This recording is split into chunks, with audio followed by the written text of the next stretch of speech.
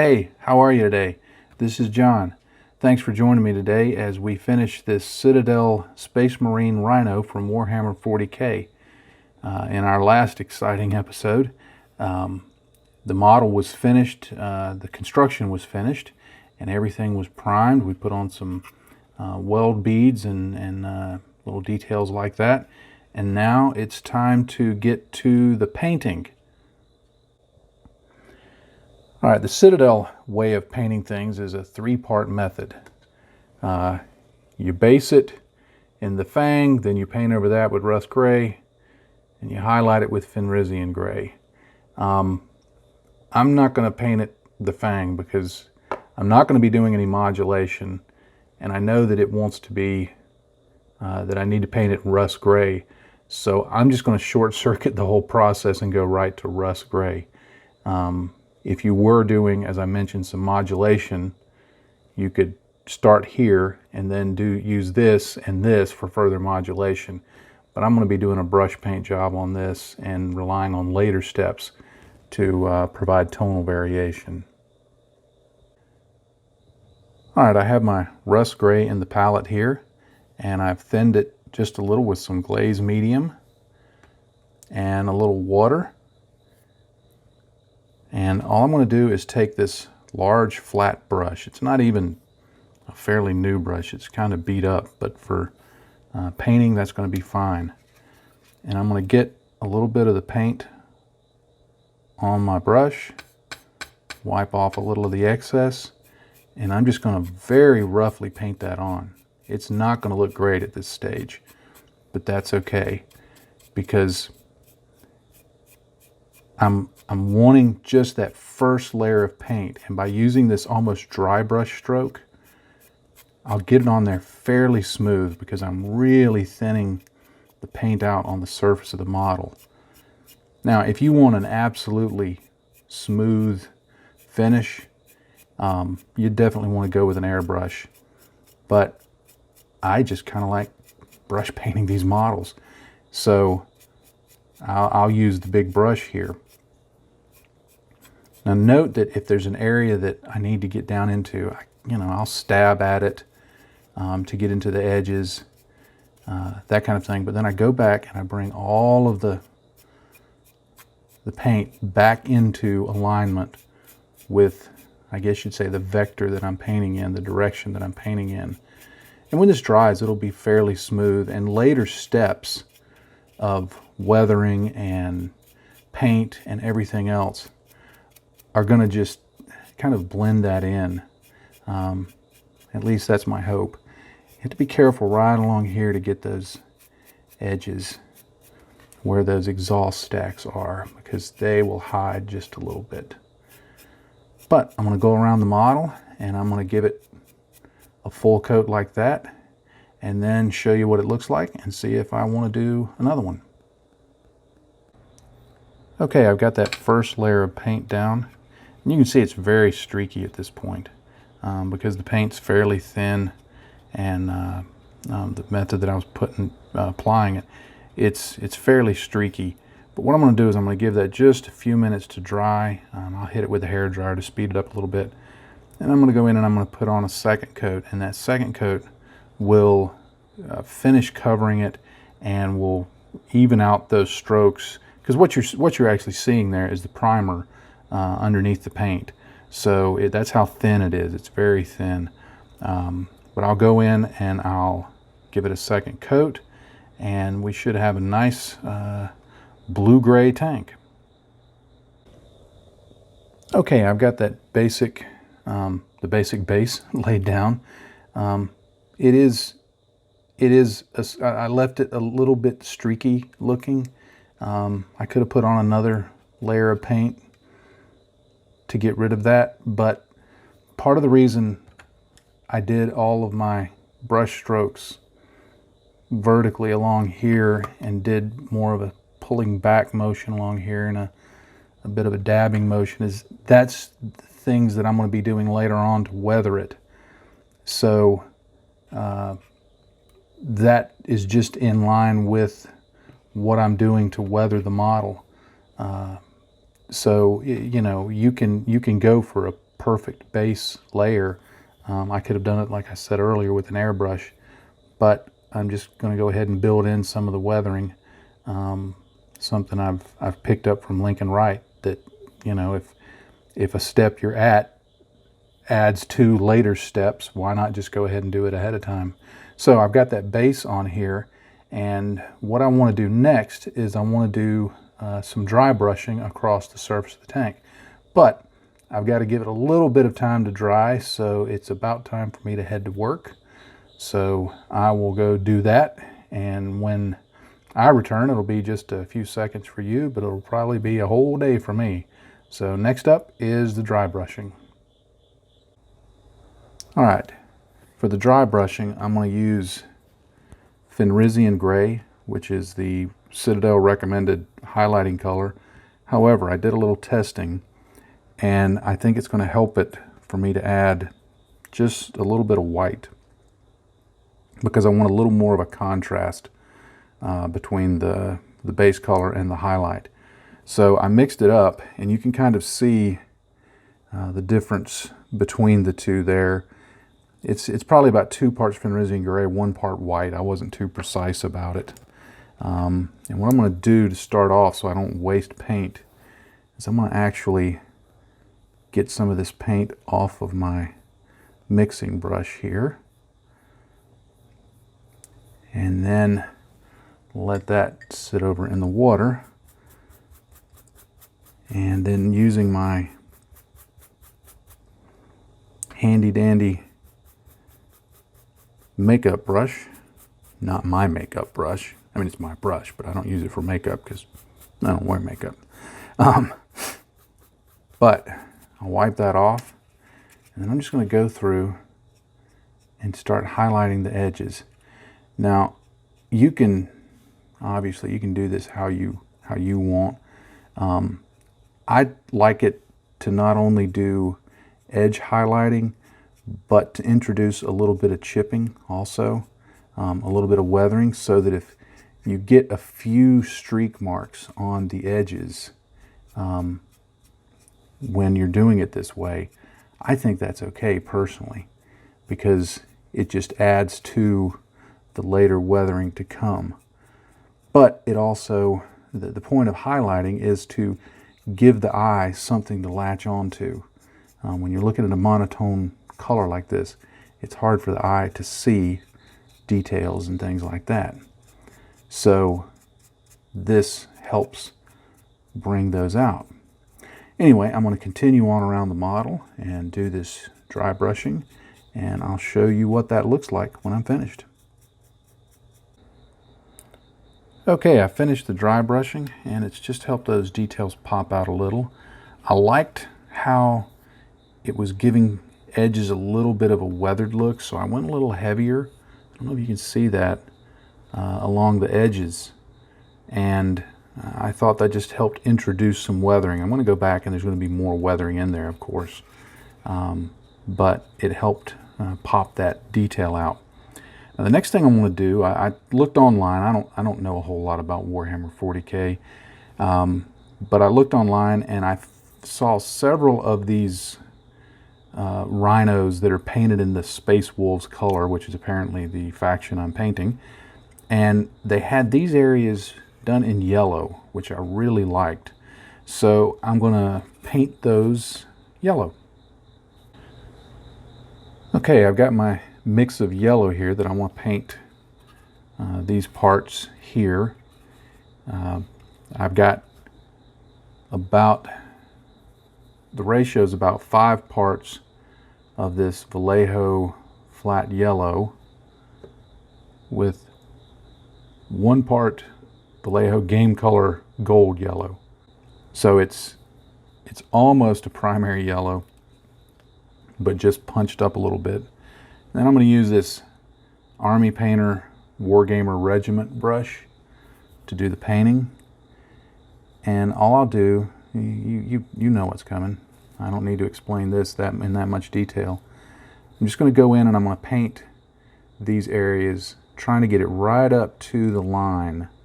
I'll go in and establish that first. I'm not going to be too fussy about getting it perfect because there's going to be a shade that goes in there, and that will help cover up any yellow that gets up on the edge there. If there's anything too egregious, I can go back in and paint that in. But yellow is fairly thin, and I did thin it quite a bit, but I'll go in here and paint this on, and this first coat, which always sounds like an excuse to say, but it's true. This first coat's going to be really rough because I'm just getting it on there. But I'll go through and paint the rest of these areas and show you what that looks like. All right, I have the yellow painted on, and it's a bit streaky. I'm not too worried about that because, as I've said before, all of this is going to get a lot of weathering, a lot of chipping, a lot of streaking, a lot of things are going to be happening. And the effect that a little bit of the undercoat poking through leaves is exactly what later weathering steps are going to do. So it's all going to work out. So after that yellow is on there, I'm going to do a couple of more things, and I'm going to do those off camera because they're just detail painting. But I'm going to paint some of the details with Citadel's lead belcher, mostly the exhausts, and maybe a few other bits of mechanical looking pieces around the model. And then this eagle on the front, I'm going to base him in Retributor armor, and then I'm going to get a lighter color of gold and just maybe do a little bit of edge highlighting on it. But once those two colors are painted on, we will begin the weathering proper. So I'll get that done off camera and show you what it looks like. Okay, normally when I would put decals on a model, I'd give it a full gloss coat, and so that it would have a nice slick surface for the decals to adhere to. However, I've only got these 5 that I want to put on here. I'm going to put a couple on these yellow parts, and then the number 1 on the sides, and probably one up front if I can make it fit. I don't know. It's all made up anyway. So instead of giving the whole thing a gloss coat, which for the weathering process, I don't want it to be glossy. So I don't want to have to gloss the entire model for 5 decals, then matte coat the whole thing. So a little trick I like to do is I get my decal, hold it in my handy dandy tweezers, and then off camera, I have a coffee cup of hot water that I keep on a little warming plate.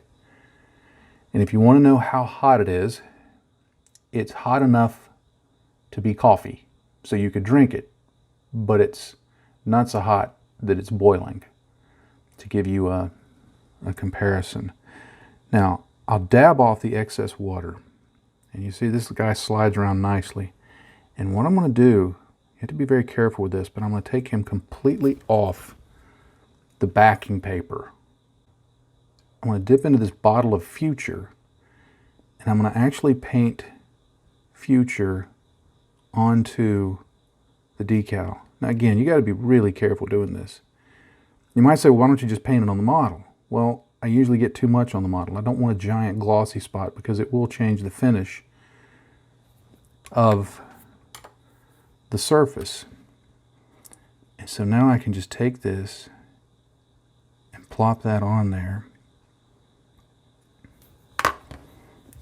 and use a cotton bud to tamp it down, make sure there's no air up under it. And that puppy, as they say, is down there. And he's not going anywhere. Now I can come back later and put some decal setting solution on it if I want to, but to be honest, that Future is going to hold it down so well, there's not really a need to. So I'm going to go around and do the other 4 decals on the rest of the model off camera. You don't need to see that. And when I come back, we'll go on to the next step. Okay, the decals are on. I put a couple there. I ended up lying. I used one more than I originally said I would. I put one there and there. and repeated it on the other side. The future that I used on them will make them adhere very well. After putting them on the model, I did a little bit of a Solvaset application to just help them settle in even more, and then I hit it with a hairdryer. Total elapsed time, probably it's less than 10 minutes for sure. So you know, if you're really trying to make a showcase, you know, model with a lot of decals on it, you're going to want to make it take a little more time. But as you're going to see in later steps, I'm going to be chipping these and putting stains over them, and you know, half of what's there you may not even see. So in those cases, I like to work with speed rather than necessarily a lot of accuracy. So the next step I want to do is enhance the panel lines with some shade. Okay, for the panel lining, I'm going to use Citadel's non-oil gloss. I like to use the gloss version of this because it's just flows a little better. And what I'm going to do is I'm going to initially go into the recessed areas, the panel lines, because those you can touch the wash to and they flow nicely, and you don't have to be quite as precise. And then later I'll go back and using some thinned non-oil will actually touch around the bolt detail and things like that, because this can leave tide marks, which I don't want. I don't mind them. It says leave tide marks right as he just leaves a big blob right there. But I don't mind them, but I want to try and minimize them. Now I could have used oils or enamels here, and they would have given me more flexibility in terms of blending and things like that. However, as I've said quite often, I have a need for speed. The realities of both building and publishing mean that I have to get things done fairly quickly, and using products that dry quickly help me with that. So I'll put in a little more time to get this more neat application of the acrylic product, which isn't as flexible, to trade off for the drying time that the more flexible acrylic or enamels and oils would give me. So it's up to you. If you have more time, honestly, I would recommend oils or enamels, because they are going to be, they're not going to be easier to apply, but they're going to be easier to deal with after you've applied them. If I make any really egregious errors here, I'm going to have to go back in with some paint and touch it up. I can clean off some of this with Vallejo airbrush thinner, but because I did not gloss coat it, which was by design, that can be a little dangerous because it can lift the paint. If I would have given this a gloss coat, I could have done that if I was very gentle about it. But for the reasons, I have not gloss coated this. So I'm going to continue on around the surface of the model, and I'm going to hit the recess detail, and then I'm going to come back and show you a little trick that I do for the raised detail to keep it fairly neat. Okay, I wanted to show something that I was going to wait until after I'd finished doing all the panel lining, but I have a limited window of time in which I can video this, so a lot of times I'll work on one section of the model to video it and actually do everything else during other times of the day when I'm not able to video. So I've only gotten most of the top done. I'm still have to do the sides. But I wanted to show a way that I work around the rivet detail and other things where if the acrylic wash spreads out, it may not look like you want. It may not give you the look that you want. And what I do is I just get a mechanical pencil. This is a 0.5 millimeter lead, and using a sanding stick, I just kind of spin it along like that until I get, and I don't even know if you'll be able to see that, until I get a fairly sharp point. And I go in and I just outline the rivet detail with that fine sharp point. Now, in doing this, am I on camera? I have to check that. In doing this, it will leave a little bit of graphite behind. And I like that because what I do is after I get a few of them done like that, I just streak it with my finger. It will remove excess, or the excess will streak, but it leaves a nice, tight, precise shade around the rivet detail. It'll be a little shiny when you first put it on, but as I'm going to matte coat this at the end, that matte coat will take away the shine, and I'll be left with a nice dark outline, because I'm also going to touch up the rivet detail with some lighter color later on in the weathering.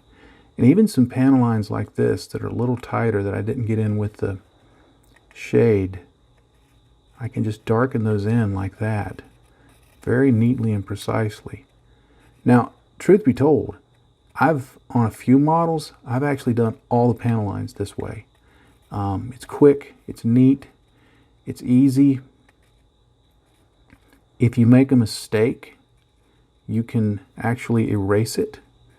Also, odorless, I just discovered this from Martin's Night Scale YouTube channel. He pointed out that you can remove the graphite with odorless enamel thinners. So if you have a problem area, you can use that to just kind of smear it around, and you can actually do some pretty cool effects that way. I was playing with that on a model.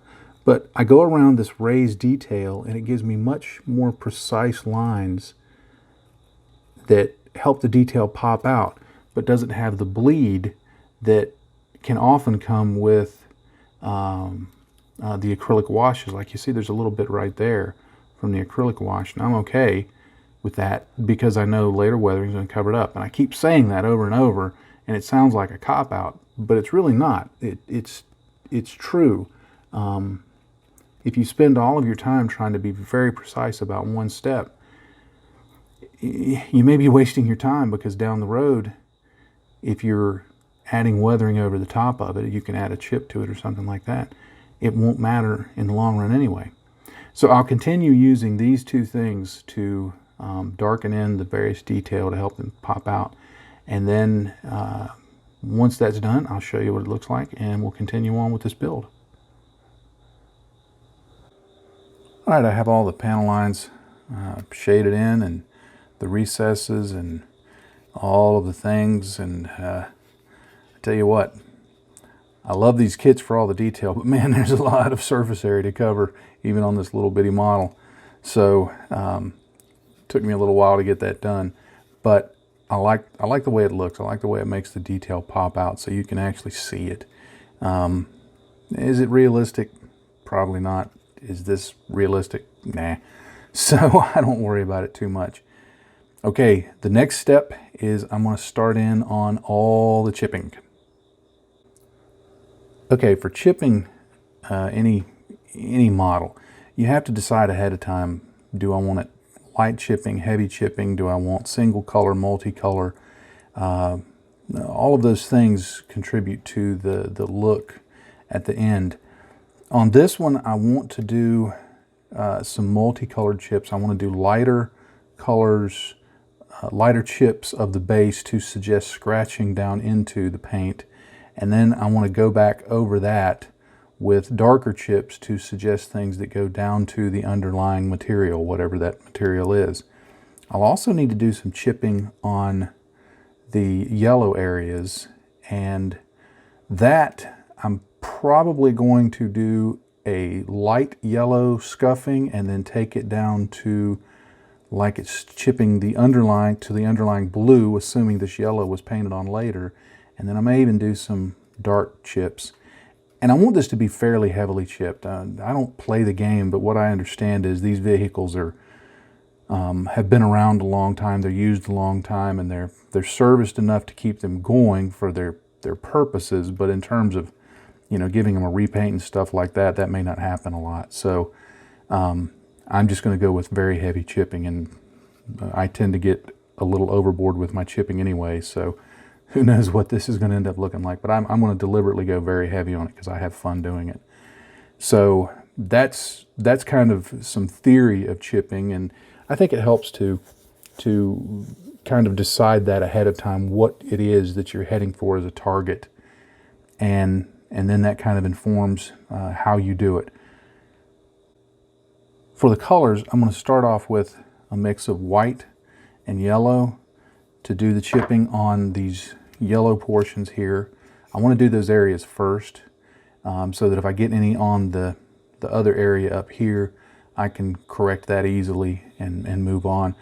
The chips on the blue surface will be Fenrisian gray and white, and then I'll follow up with some darker chips. And I haven't decided yet if I want to go with a brownish chip or a steely gray chip. I'm still mulling that over in my mind, so I may decide on that as I see how this develops. All right, I've got my paint mixed up in the palette here. Got a little piece of paper towel, and I've just got a small piece of sponge that I'm going to use to do the chipping, and I just dab that off like that, and I'll simply go in and start dabbing in the chips. Now I'm just kind of letting them happen. I'm not trying to come up with any particular pattern or anything like that. I do want to go a little heavier along this edge here where it would most likely get scraped fairly often. But the size of this sponge and the shape of it, it's very small but kind of square, allows me to get into the corners. Now that area right there, you see there was a pretty big blob of paint that just hit right there. What I can do is I can go back with my brush. I probably need to offload a little more. I can go back with my brush and kind of turn that into a big paint chip. So I don't panic when I get something like that. I just go with it. All right, the next step in the chipping that I want to do is some brush chipping. So I've got this, I say it's a number 0 liner brush. I got these off of Amazon for about $1 a piece. I got 60 of them, and I absolutely love them. They're very cheap brushes, but they hold their point well. They work nice, and when one starts degrading a little bit, which usually takes about 2 months, I toss it in the trash and grab another one, all for the cost of what a single Winsor & Newton brush would have been. So I'm just going to get some paint on here and dab off a little, and what I want to do is just introduce some streaks, like it's been driving along through brush or through, you know, wherever it's going, whatever world Space Marines go to fight other angry people in the 40th century, 41st millennium. Just like it's driven through and it's gotten kind of scratched up. All right, the next step I'm going to take is I've got a new piece of sponge in my clip here, and I've mixed up about equal parts Fenrisian gray and white, and I gave it just a little touch of thinning. And again, I'm going to dab this off on my piece of paper towel. I need to invest in the company that we buy the paper towels from, because I get through so many of these. And I'm just going to start, initially at first, I'm just going to go fairly light and see how I want it to look. What I try to do is I try to give a base level of chipping around most of the model that's fairly consistent across the whole surface. And then I see where that shakes out. And then I start applying chipping heavier along the lower portions of the model, or along areas that would get more chipping naturally. Like, you know, these forward edges of this, as it drove through things, I would imagine it would get scraped up. This is going to get scraped up, this forward edge here. These areas back here, not so much. So I try to get kind of a, a starting point for everything around all of the edges, and then take it from there. So I will do that process and add in the heavier chips and show you what it looks like when I'm done. All right, I finished that lighter chipping, and you can see I went pretty heavy. My theory is that like I said, this gets used a lot over a long period, so I wanted to really chip it heavily. Don't forget, when you're doing a vehicle like this, to get along the wheels, the underside areas. I don't get the entire bottom, but I get it back far enough so that if the eventual buyer is playing it on the tabletop, if somebody's looking at it from across the table, it will look chipped. I chipped fairly heavily along here and up here on the theory that this is where the track commander would come up and down to get into the vehicle. The front, of course, is going to get a lot of heavy chipping. As with the yellow, I did some brush chipping to enhance what had been done with the sponge. One thing to keep in mind when you're doing the sponge, it's good to just continually move the sponge and the model relative to each other, so that you're not doing what I call potato stamping. When I was a kid, we'd go to summer camps or vacation Bible school, and we'd cut a potato in half and cut out some design and stick it in paint and stamp it around and think we were clever. So you don't want to do the potato stamping, but you'll notice that I chipped it fairly heavily here along the sides and all that, but as I got up to the top, not quite so much, except where people walk on and off.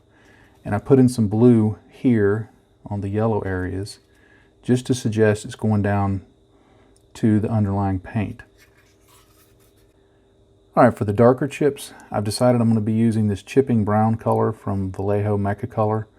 I want to add some rust tones later, so this will suggest more of a oxidized undersurface rather than just a steely gray one that is not oxidizing. I don't know what these things would have been made of in the 41st century, whether they would rust at all. I don't really care. I just think it'll be cool to add some rust tones later. So I'm going to go and do this process just in a lighter fashion than the previous chipping. Okay, for the sponge chipping with the darker browny color, I'm going to be much more selective. In the previous steps, I had just kind of gone through and just dabbed it on. Here, I want to look for places that I want to suggest would get right down to the metal.